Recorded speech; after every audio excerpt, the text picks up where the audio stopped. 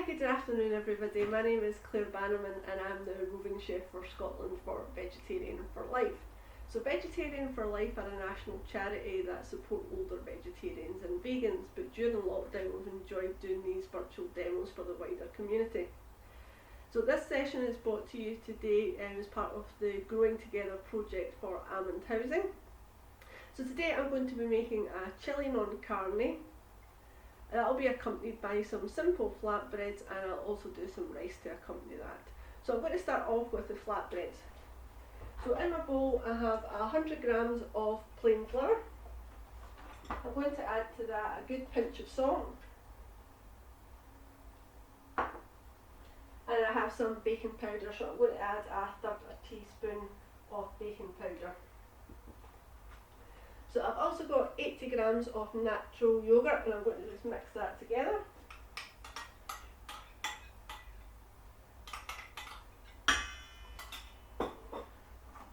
So I'm going to go in with a wooden spoon first, just to start to combine that all together. This will start to form a dough. So this is a really simple recipe. It is something that you can do with younger family members. It's a really nice simple recipe, and this flatbread also works well as a nice pizza dough. So I've just mixed everything together and it's starting to form a dough, and then I'm going to go in with my hands now and just bring all that together. So just start to knead this, and then all the flour and the yogurt will start to combine together.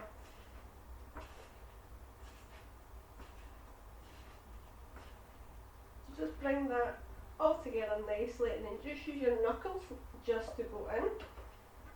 So of course, before I've started cooking, we're particularly more now than ever during COVID, really important to wash your hands before you start cooking.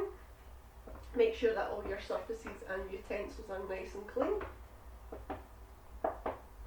So this has formed a nice dough now, so it'll give you a nice ball that is about the size of a tennis ball. So we'll set that to the side just to let that dough rest for a while.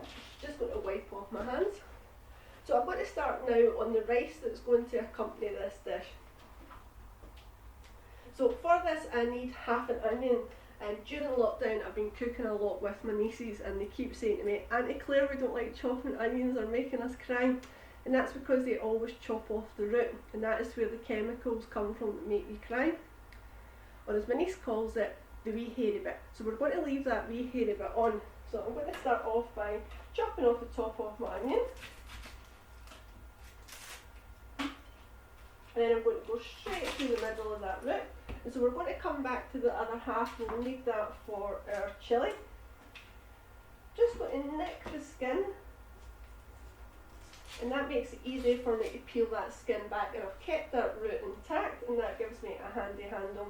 Just going to chop that half onion in half, and then tucking back my knuckles for a good bit of knife safety.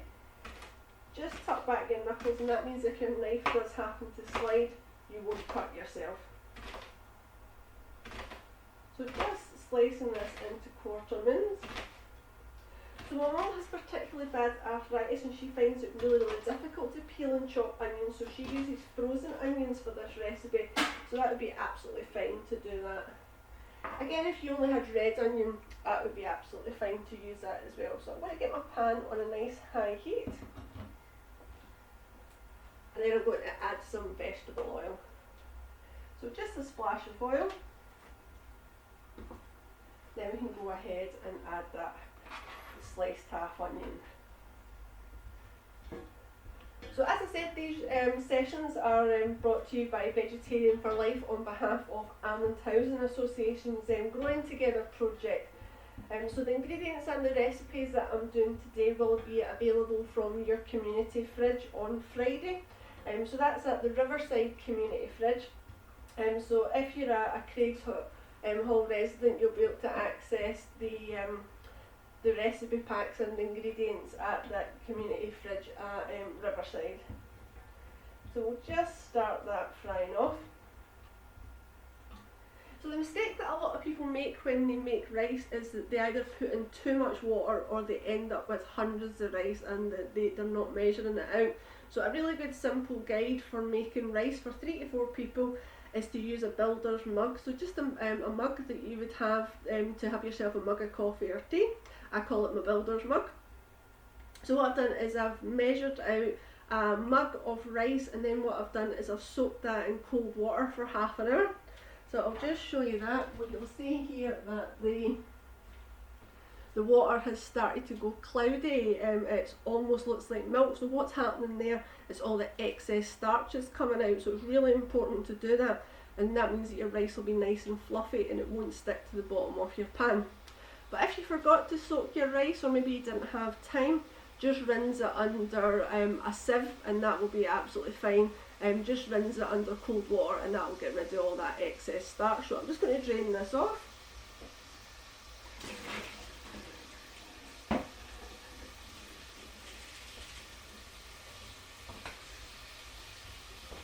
So my onions are frying off nicely. So if you were doing this at home, really take the time to get a nice bit of caramelisation on your onions and get them nice and soft. I would say a really good chef tip is always cook your onions for a little bit longer than you think, and that way you'll really develop the flavours. So the rice that I'm using today is basmati rice, and my Indian friend absolutely swears by Tilda brand, but I find Tilda brand's quite expensive. But from my own experience, what I've found is that supermarket owned brand basmati rice is absolutely fine. Tend to see if it's in a purple packet, it's going to be really good quality, and if you just follow the 1 mug measurement, you really can't go wrong. So our onions are sweating down nicely. Sizzling away, we want to get a nice bit of colour on them.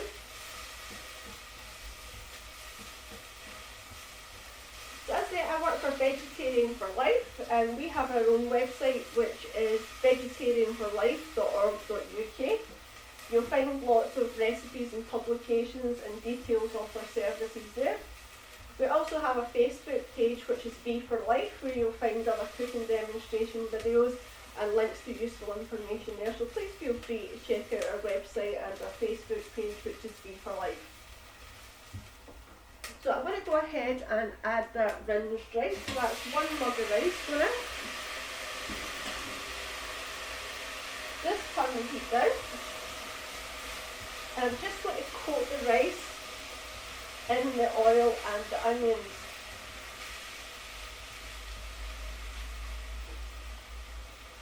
So I want to give my rice a little bit of colour, but I don't like to use artificial food colouring. So if you buy rice from a lot of Mexicans or Indian restaurants, will be bright yellow in colour. That tends to be artificial colour. So what I'm actually using is some turmeric, or perhaps you pronounce it turmeric. This is a nice woody floral spice, so it's not a spicy spice, but I'm just going to use half a teaspoon, and that will give me a nice bit of colour to my rice. So I'll just go ahead and pop in half a teaspoon.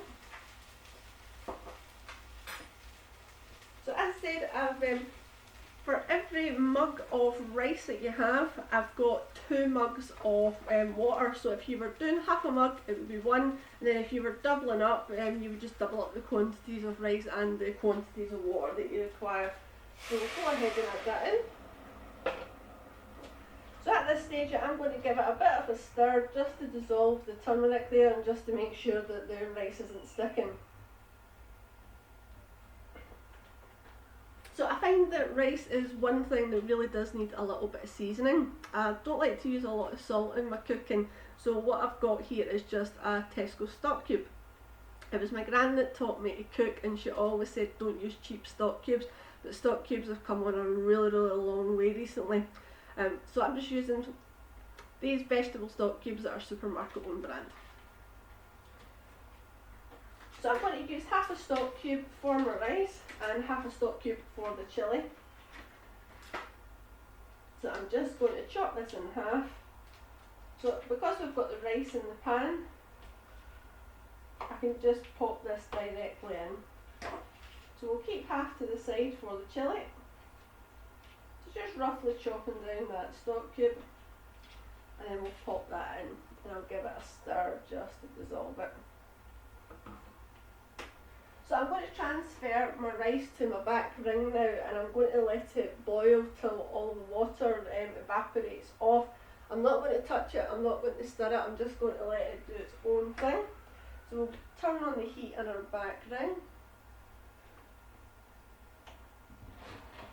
and we'll just let that boil away. So we'll make a start on our chilli. So as I said, we need the other half onion. So this time I'm going to dice it. So just exactly the same as the slicing off the onion. I've just nicked the skin, and that means that it will peel back easily. So again, you can use frozen onions or red onions for this, and I'm just going to slice that onion down, and then tucking back my knuckles, just dicing this down. So it's up to yourself how fine or chunky you like to do your onion. It's completely up to yourself. There's really no right or wrong way for doing this. So for today, I'm going to cook this in a frying pan just so that you guys can see what's going on a bit easier. So we'll get the heat on my frying pan. And this time I'm going to use some olive oil, again just supermarket own brand. If you didn't have olive oil, feel free just to use vegetable oil or sunflower oil, that would be absolutely fine too. So just a small splash of oil.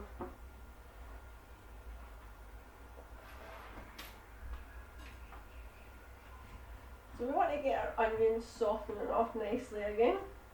So again, just for demo purposes, I'm going to do this quite quickly, but if you're doing this at home, spend a good 5 minutes really softening off your onions to develop the flavours.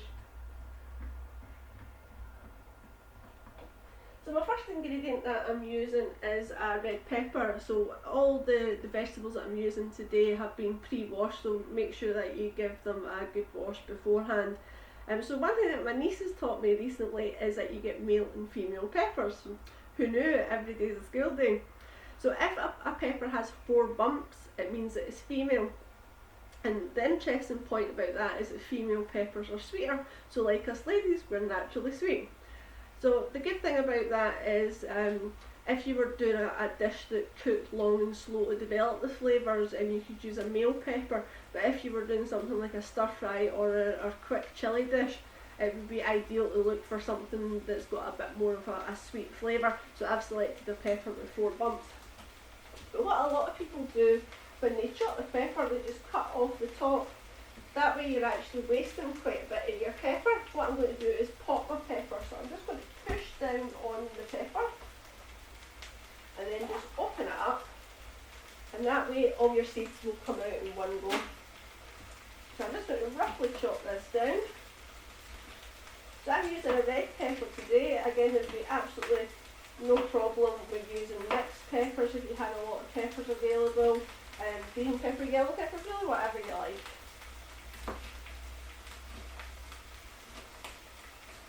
Just roughly chopping that down, and we'll add that along with our onions.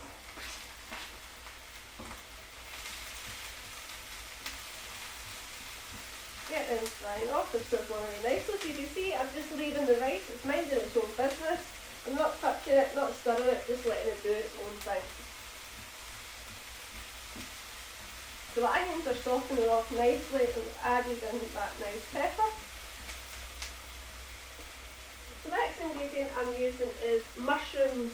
So I've got mixed mushrooms here. Generally I do like to use chestnut mushrooms because I find that they've got a bit more flavour. But my friend gave me a mixed pack in their grocery box this week.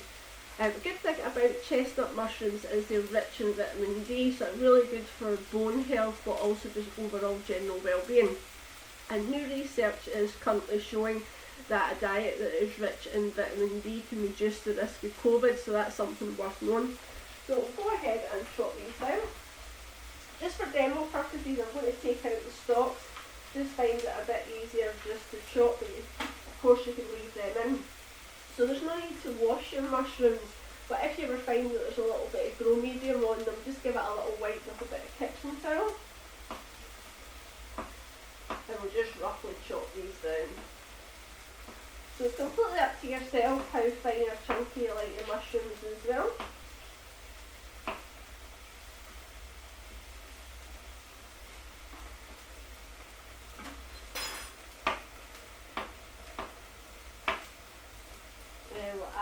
along with the onion and the pepper. So start to sweat that down.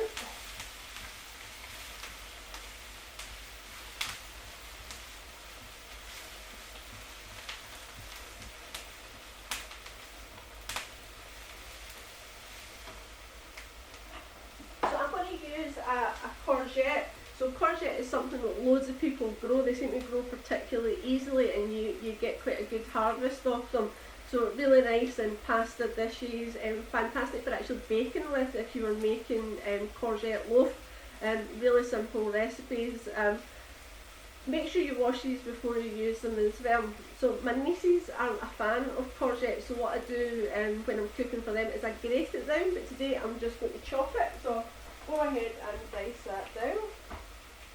So I'm just cutting it in half, and then cutting it into strips, and then just roughly chopping that. So again, if you wanted to add extra veg, something that grows particularly well in growing spaces is carrots. So if you have a carrot, you could grate that through as well. I would recommend grating your carrot because it would be a little bit firm in texture if you added it diced, because this corn dish does cook quite quickly. So add a nice courgette.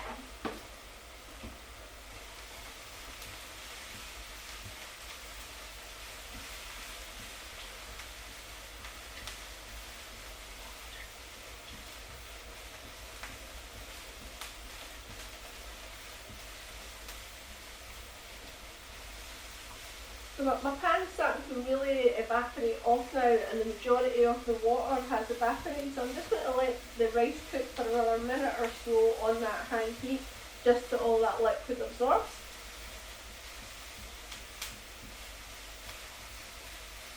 So I want to get a nice bit of flavour in here, so I'm going to add 2 cloves of garlic. So the garlic that I've been using recently is called large garlic. So it's not the actual bulb that's large, it's the individual cloves that are large, so they're fantastic for cooking with. And I just got this from my local supermarket. So the easiest way to get into your garlic is just to lean on it, and that will pop it open, and then you can take out your cloves. So you can see these ones here, they're really nice big fat juicy cloves. So all the liquid has evaporated off from my rice now. If you took a look at it, it would almost look like somebody had been poking it with their fingers. That's where the steam's formed. So I'm going to pop that back on the heat, but I'm going to turn off the ring and then just pop a lid on it. So you can see we've not stirred it, we've really not done anything with it at all, we've just let that do its own thing. So I'm just going to turn the heat down on the frying pan here. So this is just our onions, our peppers, our mushrooms and our courgette, getting a nice bit of colour on them. So back to my garlic, the easiest way to get into your garlic is to use the flat of your knife. Just lean on them and that will just pop that skin, and then I'll just cut the skin off. So if you ever do get a garlic that just won't peel, a good wee tip is just to pop it in some hot water, and that will help that skin just come off a little bit easier. So the same with the next one, just going to lean on that, that will pop the skin, and then we can just peel that off. So if you don't have a garlic press, what I like to use is a grater for my garlic. So I'm going to use the fine side of my grater, so I'm not using the zesting side, it would just stick on there, so I'm using the fine side of the grater to grate down my garlic.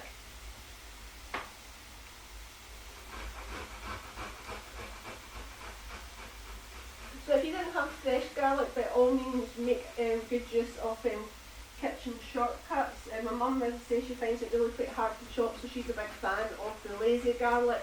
She's doing a stir fry, she'll use the lazy ginger and the lazy chilli. And we'll go ahead and pop this in. Get that fried off. So I've turned down the heat here. Garlic can burn quite easily, so we want to be careful here and just get that moving about the pan.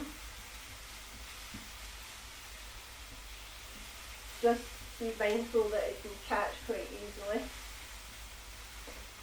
So the spices that I'm using today, the recipe calls for half a teaspoon of each, but I like my chilli really spicy, so I'm going to add in a teaspoon of each. But of course you'll know your own taste and you can adjust the quantities to suit your own spice level.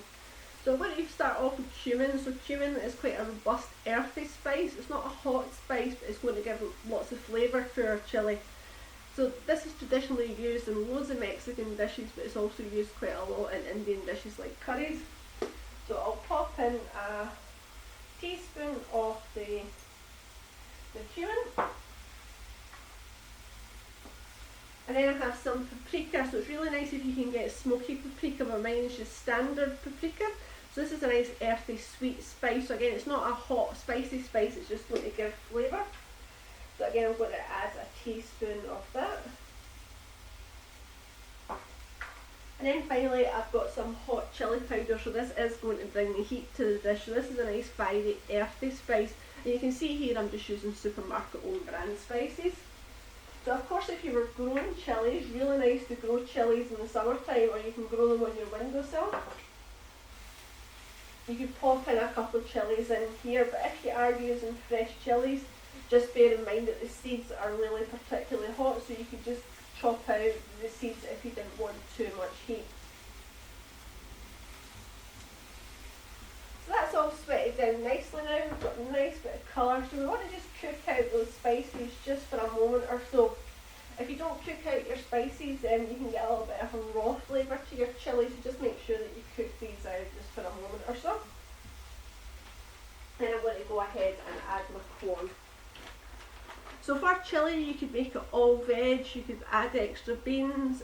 Today I'm using corn. So corn is a micro protein, and I generally use the one that is found in the freezer section of your supermarkets. It's much more affordable. For some reason the chilled stuff's much more expensive.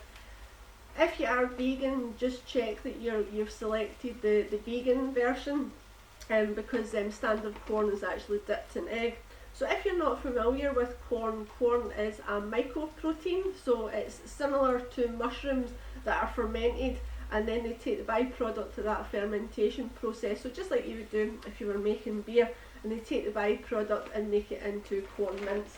So I'm using this straight from the freezer. Go ahead and add that.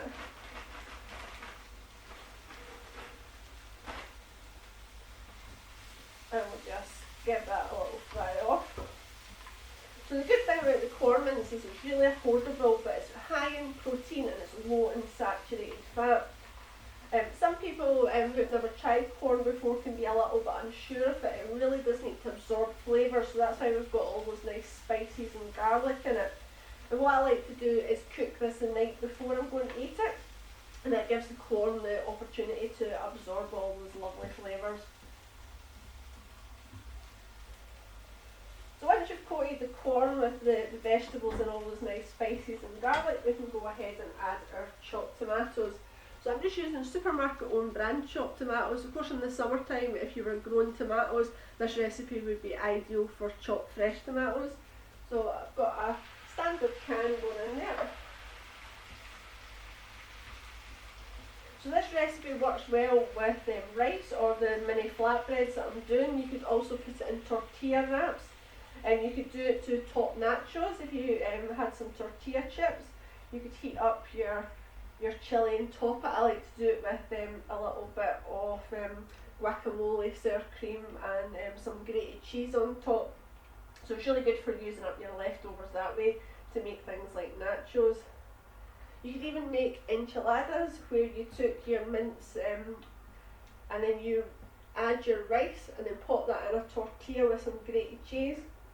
Wrap it up into your traditional tortilla shape, and then place it in an oven dish and cover it with some grated cheese, and then you can melt that in the oven or under a grill, and it's absolutely delicious. So I'm going to add a good squirt of tomato puree. So again, I'm just using supermarket own brand. So this is going to give a nice intense rich flavour. So when I'm cooking, I try to add a good squirt of tomato puree to most of the dishes that I do, because tomato puree is essentially just tomatoes that have been concentrated twice to take out the liquid. So a big squirt of tomato puree will actually contribute to one of your 5 a day. So go ahead and add a nice big squirt there.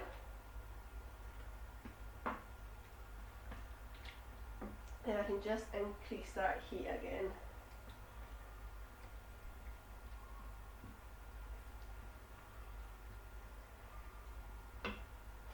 So as this corn does need a bit of seasoning, but I don't like to use a lot of salt, so it's up to yourself if you want to use salt. I'm just going to chop down that other half of the vegetable stock cube that I had and just sprinkle that in.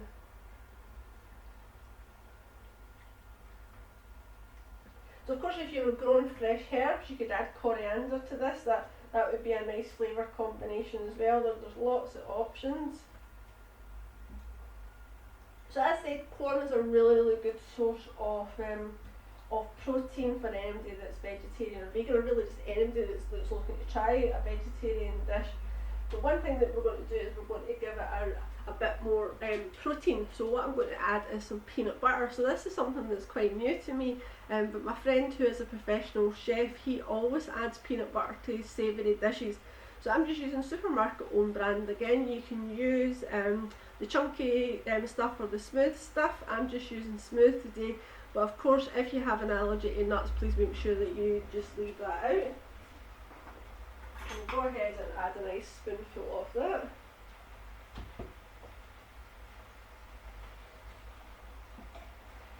And that will just melt down into your sauce. So you won't actually really be able to notice that there's peanut butter there, but it's going to give you a nice rich flavour to your chilli.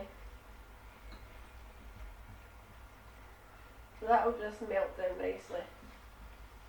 So because I've used budget brand supermarket chopped tomatoes, sometimes those can be a little bit sharp.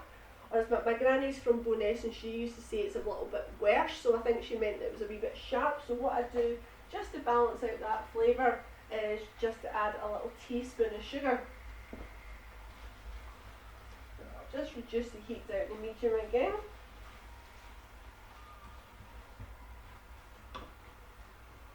So now we're going to add our beans. So the recipe calls for kidney beans, but I couldn't get any kidney beans this week. So I've just got some black beans, and what I've done with these, as you would do with the kidney beans, is you would cook these in the microwave for a couple of minutes just to soften them off and then drain off the liquid. So I've cooked these in the microwave just for a couple of minutes, then we can go ahead and add them in. So as I say, I've been cooking a lot for my nieces, and they're not a fan of kidney beans, so what my mum does for them, actually this was my mum's recipe tip, she just adds a couple of spoonfuls just of baked beans, just like your Heinz baked beans. But if you are adding baked beans, bear in mind they can be quite sweet, so you wouldn't need to add that little pinch of sugar. So if you like a really saucy sauce, feel free to add a little bit of water just to loosen it off. I like my sauce nice and thick, so I'm just going to leave it as it is. And then finally I'm going to add some sweet corn. So I'm using canned sweet corn today. Of course frozen sweet corn would work well for this as well.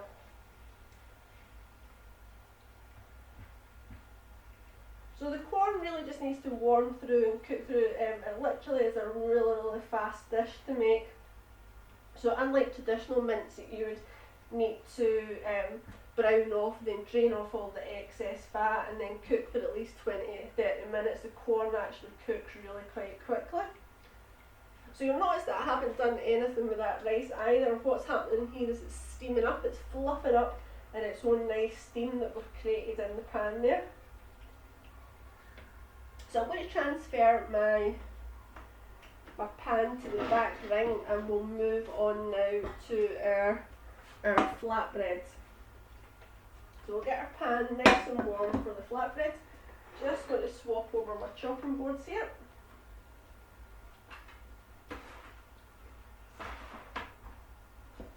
So I'm going to add just a little bit of oil to the pan.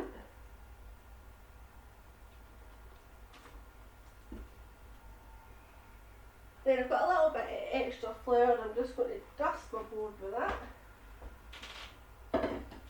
So I'll just cook one off just for demo purposes, just to show you guys. So I'm just going to roll that out. You can use a rolling pin, but I like to just use my hands just to pat it out. So as I say, it's a really nice, super simple recipe that you can do with younger family members as well. It's the same I do quite a bit of cooking with my nieces. They absolutely love to cook this. So just kneading this down.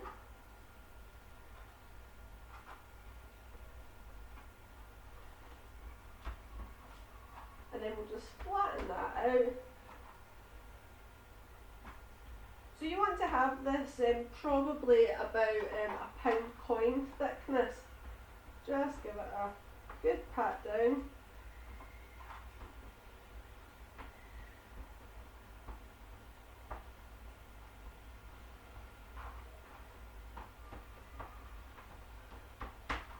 And I'll go ahead and add that to the pan.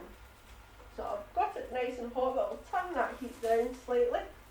So as I said, I work for Vegetarian for Life, and we have lots of free publications available on our website. So the first one that we have is Cooking for One.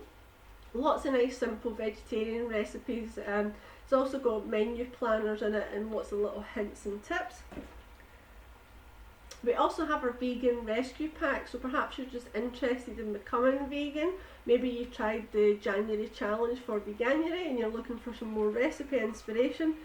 Please feel free to check out our vegan rescue pack. So these are available to download or order free from our website, which as I said is vegetarianforlife.org.uk. So the vegan rescue pack gives you loads of information on what a vegan will eat, but more importantly what they won't eat.